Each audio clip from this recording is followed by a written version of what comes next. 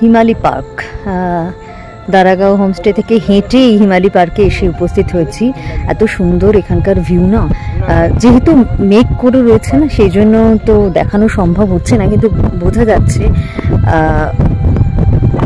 খুব সুন্দর একটা এখানে ভিউ আমাকে দেখাতে পাচ্ছি।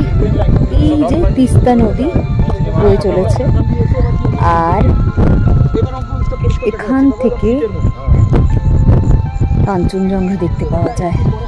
যেহেতু মেঘ রয়েছে, এই মুহূর্তে আমাদের কাঞ্চনজঙ্ঘা দেখার কোনো রকম আশা নেই, কিন্তু এখান থেকেই লোকে এসে তিস্তা নদী আর কাঞ্চনজঙ্ঘাকে একসাথে দেখে নেয়। আর এই দূরে রয়েছে স্যাংসে ভ্যালি। সব মিলিয়ে একটা অন্যরকম আমেজ, হাওয়া দিচ্ছে শিরশির করে।